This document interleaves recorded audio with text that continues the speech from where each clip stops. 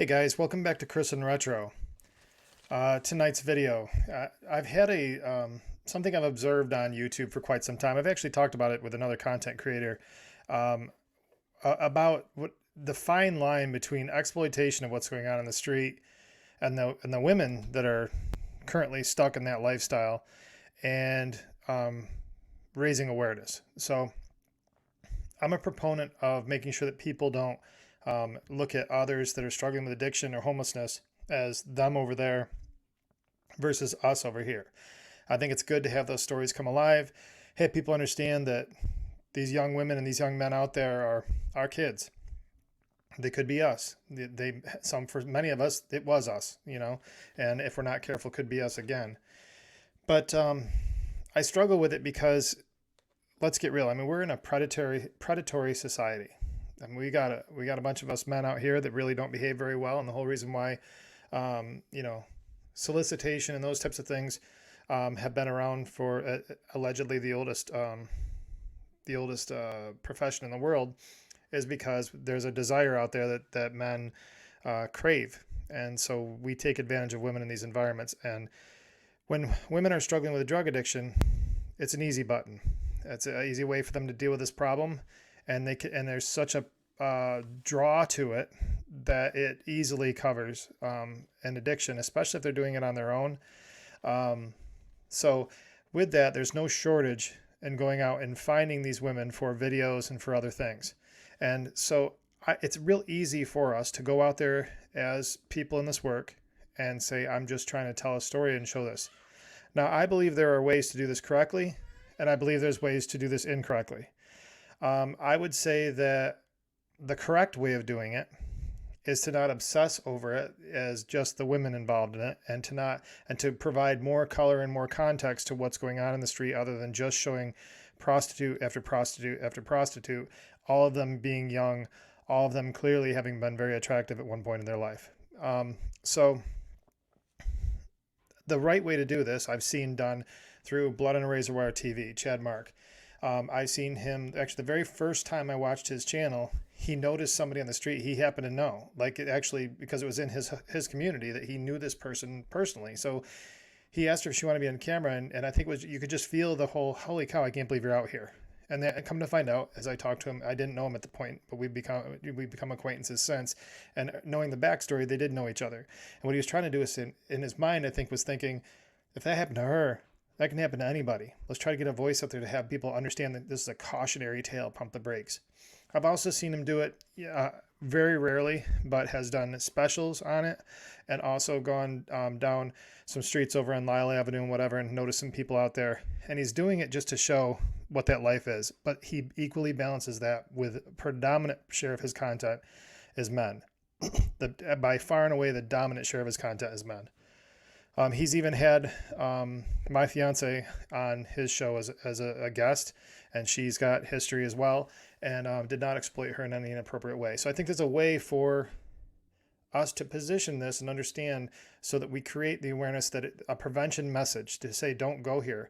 It's not necessarily a salvation message to go try to get people out. It's just to say to kids, you can get here, and this is how bad it actually looks. When you're going into it and you don't see how far it goes, this is how far it goes. That's the right way of doing it. In my personal opinion, there's a wrong way of doing it, and without putting myself in a libelous situation or a slanderous situation, I think there's a predatory way of doing it.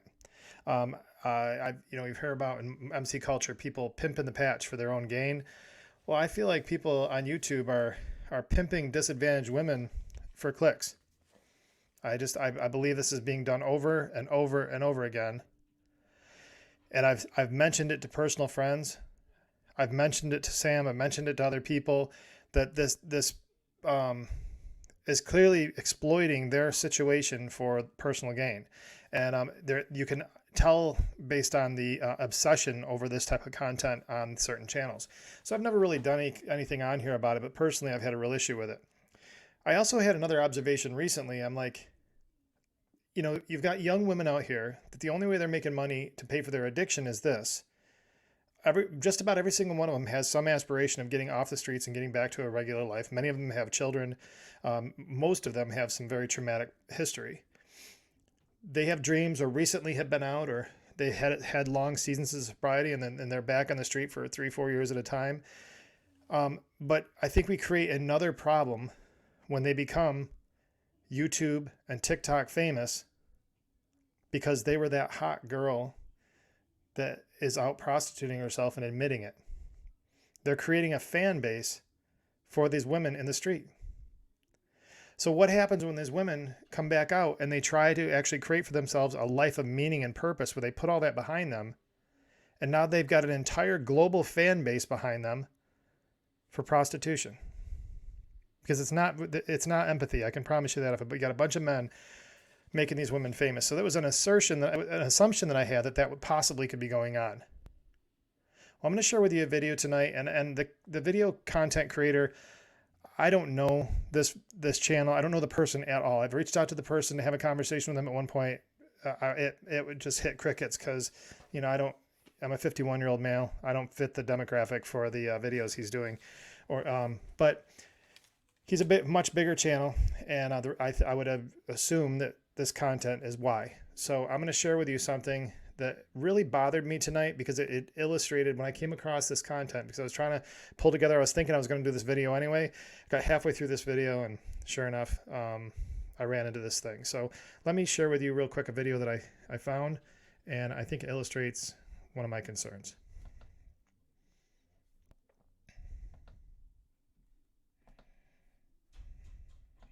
I don't like being down here. It's a bad vibe anymore. Have you made any friends lately? I have a lot of friends. A lot of friends. You made a lot of friends? Yeah. A lot of friends. So this young woman, he knows her before, because he'll go through and keep track of people. Now, I think that's good that he's following up, and I think that there's a way to follow up and not have them continually build their fan base, so to speak. And I really don't have a problem them building some kind of a life outside of where they were. My concern is that they're being branded forever and always as this, when there might be a brand that they could have that would be equally as powerful outside of this, that should be more promoted. So help them get there. And I don't know what he does behind the scenes again. So I'm trying to give the benefit of the doubt where I can in this and not completely crush this person for what's going on here. But my concern is what started out as a noble program has turned into something, and I'll share with you in a minute what I see. But listen to Danielle's comments. Are you still working the street corners? I'll be working at corners. That sounds bad. I mean, So I don't work the corners. That sounds bad. So clearly, and she also was categorizing herself as somewhat of a better addict, because she was talking about earlier she was talking about where she does her drugs versus down the main drag because everybody's falling out. And have you seen it is basically her comment. So even in this, he makes a coy statement. Are you working the corners? On other shows, he's used the term, do you do dates or something like that? And for whatever reason, he said, are you working the corners? And now she's like, I'm not working the corners. I'm better than that. But I think what that comes from is the fact that she knows this is beneath her to be out here doing this. And there might be a place for her on the other side of this that would be good, that she wasn't branding herself this way. So that if she wanted to be YouTube famous in another place, she could do it for other reasons, like hope and victory and helping others. still doing dates? Yeah, I do dates, and I have a lot of people that help me out.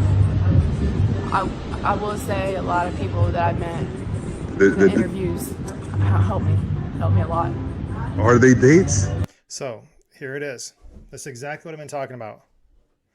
A lot of people that are viewers have helped me out.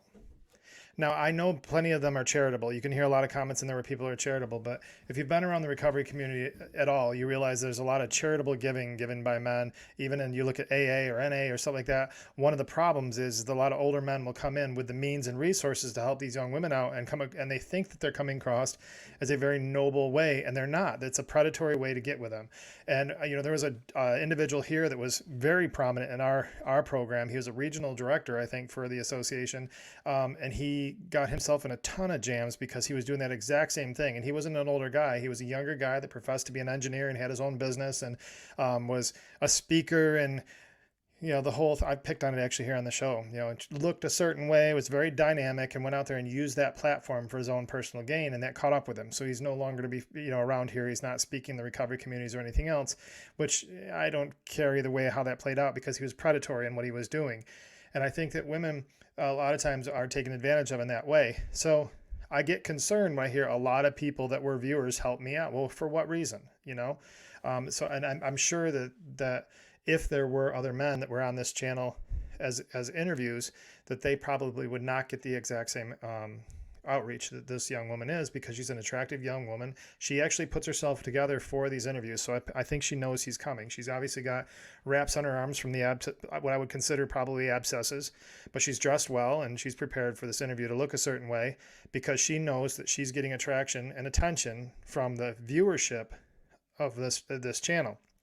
Now, you hear him check that, because he wants to make sure that his channel isn't being used as a vehicle for dates. So I'll back this up a little bit and you'll hear his response. And he should be concerned about that, honestly.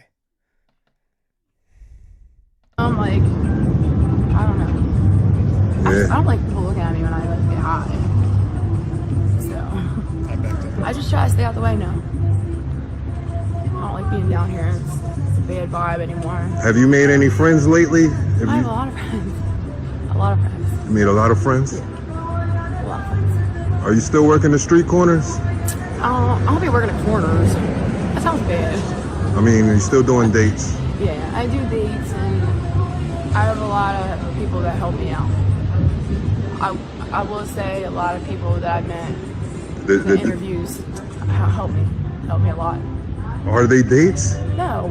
Oh my God. No, because the comments, they be talking crazy. I know, perverts.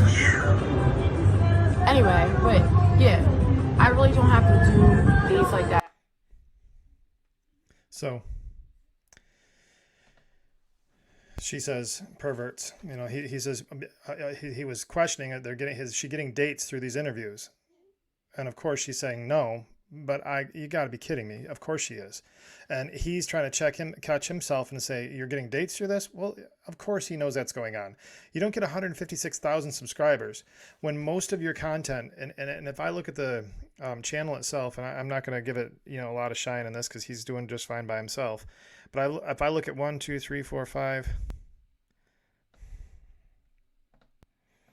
actually, I can't find, if you just click through, the videos that have any men in them have their girl with them. So there's not, the videos in here are just, it's all young women, and it's all the same, skinny, you could tell once were attractive, that type of thing. And I'm not saying they're not attractive now, it's just they're living a lifestyle that's a little tough on them. So my problem with this is that it seems at the least exploiting, at the worst predatory. I'm not saying this person running this channel is a predator. I'm not saying that person is actually doing this. I would like to think that they have common sense to understand what's actually happening through the vehicle. But, maybe the intent is to help. The channel grew. There was one, the comments that's made on here a lot is giving a voice to the voiceless is what this channel says. But I also have another friend that has a channel that also gives a voice to the voiceless and actually does. So that channel gets people out of life sentences. That channel gives food to the kids of these prostitutes, and food and sneakers to girls and men that are struggling in the street, men too. So it's not just women, men too, that are struggling. The kids are getting helped by this person, and it's behind the scenes, and you guys don't know about it. I know about it just because I'm aware of it in this community, but that's not showing up at all on his platform. And that happens to be Blood on a Razor Wire TV. That man is doing a ton for his neighborhood behind the scenes, and it's not making one drop. You'll see some stuff on his camera and some stuff on his channel, and it's more just to try to get us to do it too. But his work is way beyond cameras. So he uses that same sort of language to give a voice to the voiceless. And yet here we've got this where a man that has most of his videos are with young prostitutes. So what's my point? My point is this. What you have to question when you're doing this type of work and you're looking at people in communities where you're trying to give them a voice, which is true because many of them do not have voice, and these young women have a lot of reasons why they don't have voices. And I think there's a noble work there to help them. I believe that. I think it's very dangerous to have them become reoccurring guests on a YouTube channel. There's other work for them other than having them become rock stars on a popular YouTube channel because of their looks and their trade. YouTube then becomes nothing more than a back page, nothing more than an avenue for them to be sought out for their services. And I really believe that, and I have a real problem with it. So if it's helping create the awareness and hopefully services are wrapping around these individuals, I would rather see the success of the women that have gone through this, had been interviewed, and you can see their growth and development beyond that. To me, that's a far better use of time than keep going back to the street and showing them in their desperate place and giving them free advertisement. You know, I have a friend of mine that just had 7-year sobriety today. 7 years. She is all the things that you're watching on this channel's videos. She was all of those things. In fact, her last use, we found this out in a weird way. I volunteered one day for her, one of her nonprofits, and they were doing like a needle pickup. And come to find out, her last use was in between two buildings. That was one of the buildings was the building that my fiance Sam and the father of her first child were shot. It was literally the same building, which they didn't know each other at all. And it was many years separation in who they were and where they were there. So it was just bizarre how that all played out. But she's out, has done all the things that we see on these videos and professes it publicly. But she's been a CEO of 2 nonprofits. She is a peer recovery advocate. So she's out doing all that work with people that are still in recovery. She is literally religiously every Saturday out picking up needles off the street to reduce the public health issues within our community. She's a strong advocate within the state level and is an outspoken person for homelessness and fair treatment of homeless people. And boy, that's a story to follow, because she would have been that first interview, which I think is a good idea, that first interview. And then to show her progress and help her along the way and create opportunities and lanes. It's up to her to take them. And it's just like I have somebody close to me right now that can't seem to get out of her own way with addiction.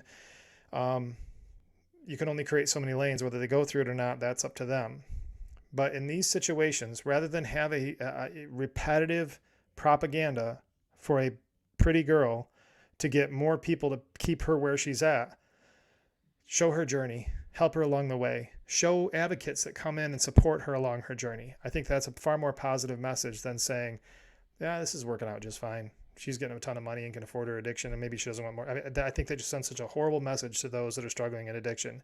Because when we're in full-blown active use, we don't think like that's not okay. We look at that and say, oh, wow, I should go down there. Sounds like she's doing okay.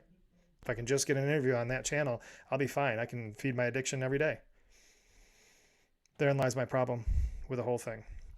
Guys, I hope this channel was at least thought-provoking for you. I'm not trying to give anybody else without evidence a hard time about their channel and the work they do. I want other people to be successful. YouTube channels and things like this are very difficult to understand the algorithm and where your space is and what your voice is. It's hard enough to compete.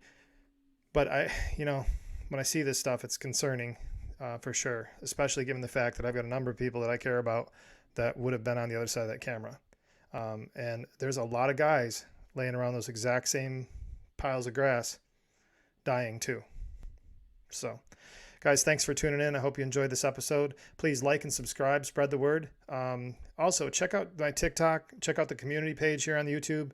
I'm at least every other day been creating little motivational memes for people based on either famous quotes or quotes that I've seen through reading or friends that have said things in certain sessions that meant a lot to me. I'll put that out there, and I'm trying to get a little creative with that stuff so that it gives you something that's a static representation of hope and help in between the episodes and with whatever else that you're perusing to help yourself grow. So guys, thanks again. Appreciate the support. And until the next time we talk, please stay out of trouble.